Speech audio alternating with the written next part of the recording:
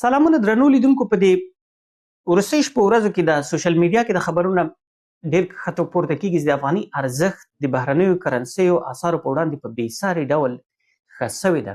یو شمېر خلک ورته خوښ دي، یو شمېر نور اندېښنه لري. اندېښنه یې همدا ده چې د افغانستان د کار په مارکیټ کې، په بازار کې د اجناسو قیمتونه چې دي په همغه پخوانۍ بیه باندې دي او په هغو کې څه تغییر نه ده راغلی.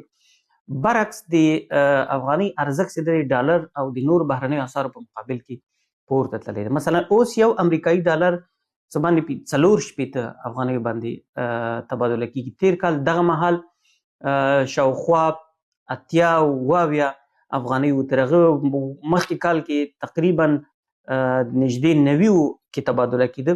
د دې منفي تاثیرات څه دي؟ د دې اړخه ډېر خلک اندېښمن دي، ډېر ګنګ سم دي، نه پوهېږي خلک چې اوس د دې منفي اغېزې به څه. زه یې څو اړخونو کې په مشخص ډول په لنډو د دې تاثیرات درته ښیم. د هیوادونو ترمنځ دا معمول ده چې هیوادونه د خپلې کرنسۍ یا د خپلو پیسو ارزښت په هغه وخت کې لوړول دوی ته ګټه لري تر څو د دوی د هیواد له پرمختګ، د کار له زیاتوالي، د تولید له زیاتوالي او د تولیداتو دپاره کوم مارکیټس ده د دې له زیاتوالي سره تطابق لري. اوس په افغانستان کې دغه شیان که هممهاله ورسره کار زیات شوی، که هممهاله ورسره د افغانستان تولیدات زیات شوي، که هممهاله ورسره د افغانستان بهرنی مارکیټ لوی شوی، پراخ شوی د افغاني تولیداتو لپاره او افغانستان په اقتصادي برخه کې وده کړي، دا ارزښت د افغانۍ لوړېدل د بهرنیو اسعارو په وړاندې دا د افغانستان په ګټه دي. خو که دا نه وي سوي، دا افغانستان ته زیان لري. زه یې په عامه اصطلاح درته تشریح کوم. مثلا د افغانستان نفوس که 40 میلیونه موږ تاسې حساب کوو، 40 میلیونو کې څه باندې 20 میلیونه چې د افغانستان د نفوس تقریبا 4.80% ویل کېږي چې له 20 کلنې کم عمر لري. که څه باندې 20 میلیونه یا 22 میلیونه د افغانستان د 20 کلنې کښته، دا 20 کلنې نه کښته ماشومان چې دي، دا د افغانستان د کار په سایکل کې، په دایره کې او د اقتصاد په دایره کې یا د اقتصاد د څرخ په دغه دوراني دایره کې دوی شامل نه دي. دوی که چېرته په پټي کې، بازار کې پلار سره، کورنۍ سره کار کوي، هغه ډېر موقتي کار، 1 ساعت 2 ساعته یا 4 ساعته 5 ساعته، چې هغه کوم اضافي ارزښت نه تولیدوي. دا یوه مسله ده. یعنې 22 میلیونه چې له 40 رقم کې 18 میلیونه پاتې کېږي. په 18 میلیونو کې د افغانستان ښځې که ترې منفي کې 9 میلیونه کسان پاتې کېږي. په داسې حال کې چې د ښځو فیصدي د نارینهو په پرتله ډېره ده. هغه ډېرې داسې فکر وکړئ چې یو څه کار کوي. 9 میلیونه انسانان په افغانستان کې چې دي، دا د کار جوګه دي. اوس بیکارۍ څومره ده په افغانستان کې؟ د بیکاري فیصدي خوا د ټولو ته معلومه ده، یا ویني په خپلو کورنیو کې چې په یو کورنۍ کې 4 ځوانان یو پکې کېدای شي کار ولري، 3 نور بیکاره دي. خو که دا موږ نیمایي بیکاره حساب کړو، دا 9 میلیونو کې نیمایي بیکاره حساب کړو، دا پاتې کېږي 4.5 میلیونه.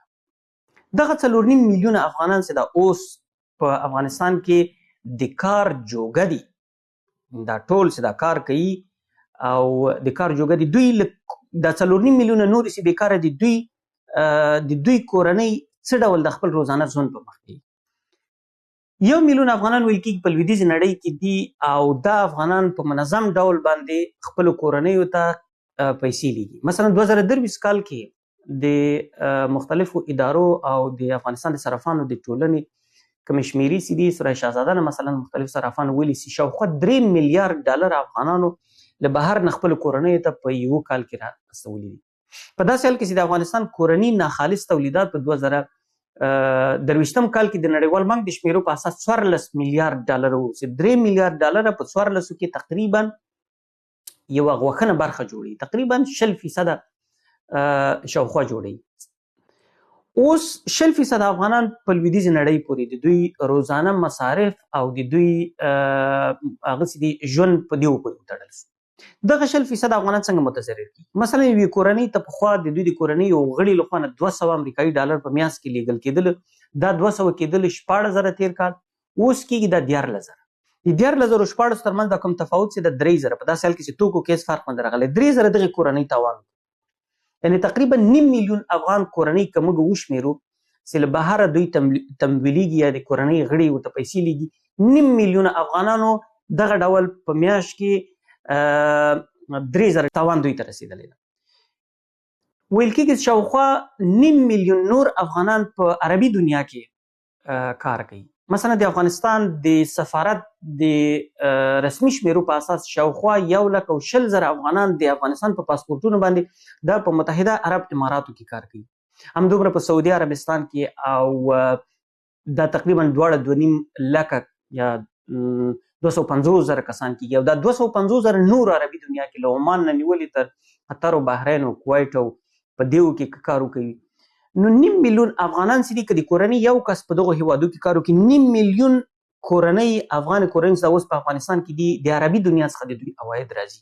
مثلا که یو افغان چې په اماراتو کې کار کوي پخوا خپل کورنۍ ته 1000 ریال اماراتي ریال لیږل، دا 1000 اماراتي ریال تیر کال کېدل له 22,000 نه تر 15,000 پورې افغانۍ کېدل، اوس کېږي څه کم 18,000. دلته دوی تقریبا له 15 تر 20,000 افغانیو پورې دوی په میاشت کې د لاسه ورکړي، ځکه د افغانۍ ارزښت چې ده د ټولو بهرنیو اسعارو په مقابل کې لوړ شوی ده. نو 9 میلیون افغان کورنۍ له دې اړخه متضرره شوي. په افغانستان کې که متوسطه کورنۍ موږ 7 کسان وشمېرو نو 3.5 میلیونه کسان دلته متضرر شو، 3.5 میلیونه نور چې له لویدیځې نړۍ څخه دوی پیسې د کورنۍ غړي ورسوي هغه متضرر شو، دا 7 میلیونه یا 1 میلیون کورنۍ په دغو دوه برخو کې متضرر شولي.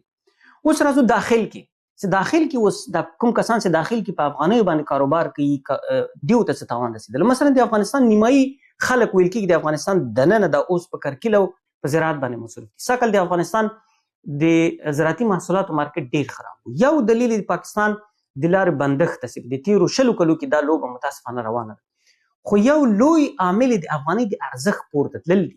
زه درته مثال درکوم.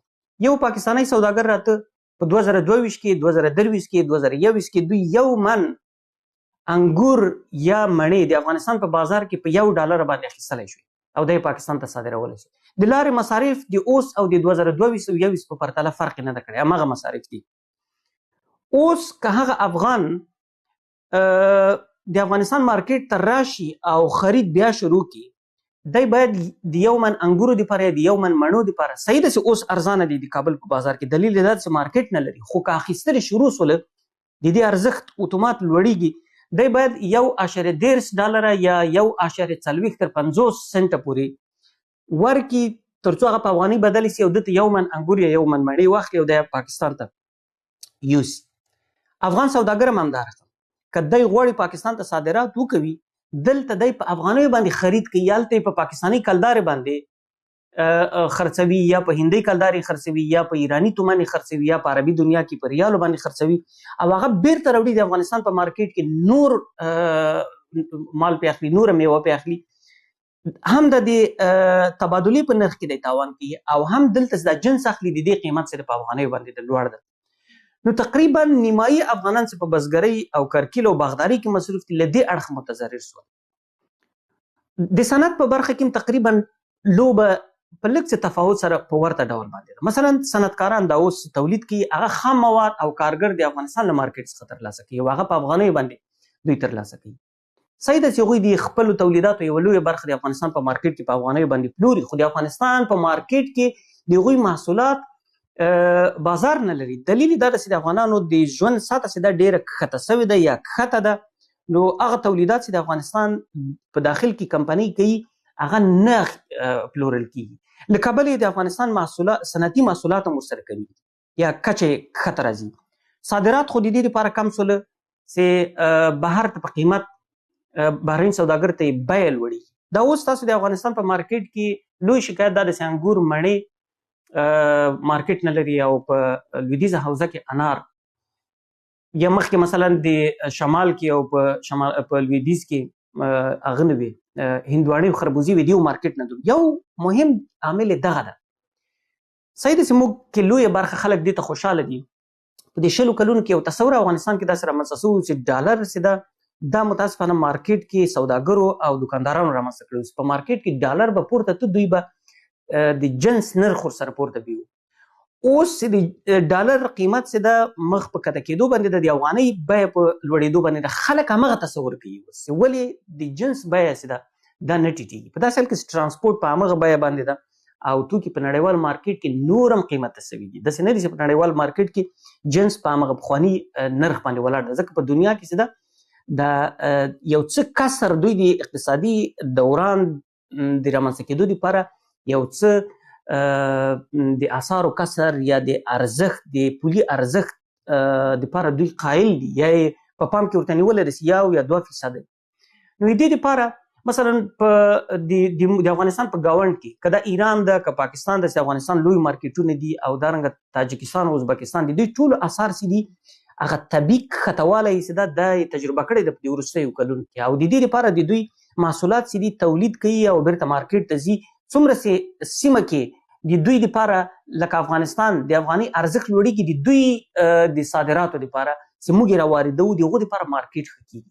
یعنې تاسو که وګورئ د افغانستان واردات د تیر کال په پرتله باندې ډېر شوي دي. د پاکستان مرکزي بانک وایي چې په وروستیو 6 میاشتو کې د دوی هغه چې دي واردات افغانستان ته له افغانستان څخه د دوی واردات د پاکستان واردات کم شوي دي او افغانستان ته صادرات ډېر شوي دي. ارقام یې خپاره کړي دي 120 تر 180 میلیون ډالرو پورې دوی صادرات افغانستان ته زیات شوي دي. دلیل یې دغه ده چې دلته په افغانستان کې د افغاني ارزښت په بېساري ډول باندې مخ پورته روانه ده، ارزښت ښه کېږي. اوس افغاني ارزښت تقریبا د 2015 کال کچې ته رسېدلی، 2014 کال کچې ته رسېدلی ده. په هغه وخت کې چې په سیمه کې کوم مارکیټ وو، هغه مارکیټ اوس افغانستان داسې ښکاري چې په قرار د لاسه ورکوي. که دغه د افغاني ارزښت نور هم ښکته کېږي، دا د افغانستان په صادراتو منفي او په وارداتو باندې مثبت تاثیر کوي. د افغانستان د صادراتو د وارداتو ترمنځ دغه فاصله چې ده ورلمخه تقریبا 90% ده. یعنې د افغانستان صادرات که 2 میلیارده ډالر ټول 2 میلیارده ته خو نه دي رسېدلي، خو که 2 میلیارده د افغانستان واردات چې دي دا تقریبا 10 میلیارد ډالرو ته رسېږي.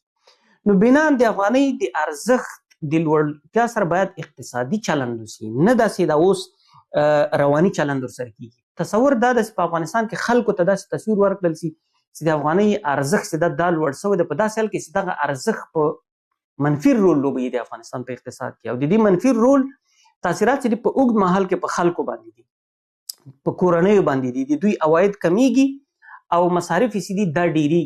مصارف یې څنګه ډېرېږي؟ مثلا د افغانستان نفوس که 40 میلیونه حساب شي، په کال کې 1.5 میلیون انسانان د افغانستان د کار مارکیټ ته زیاتېږي. 1.5 میلیون نفوس د افغانستان په کال کې زیاتېږي. که دا 1.5 میلیون دا 9 میلیون موږ بیخي تلفات او بهر ته تګ حساب کړو، 1 میلیون انسانان په افغانستان کې په کال کې د کال 18 کلنۍ نه 19 کلن کېږي د کار مارکیټ ته راځي، هغه نړیوال فورمول په اساس باندې 19 کلن چې دا 20 کلن کېږي. همدارنګه تولدات زیاتېږي، مثلا کورنۍ چې د مخ په زیاتېدو باندې ده، عواید مخ په کمېدو باندې، دا خپله غربت پراخوي او د غربت پراختیا چې ده دا د افغانستان اقتصاد له پښو اچوي. په دې هیله باندې چې د افغانستان په افغانستان کې د افغانۍ د ارزښت له لوړېدو سره اقتصادي چلند وشي. درناوی.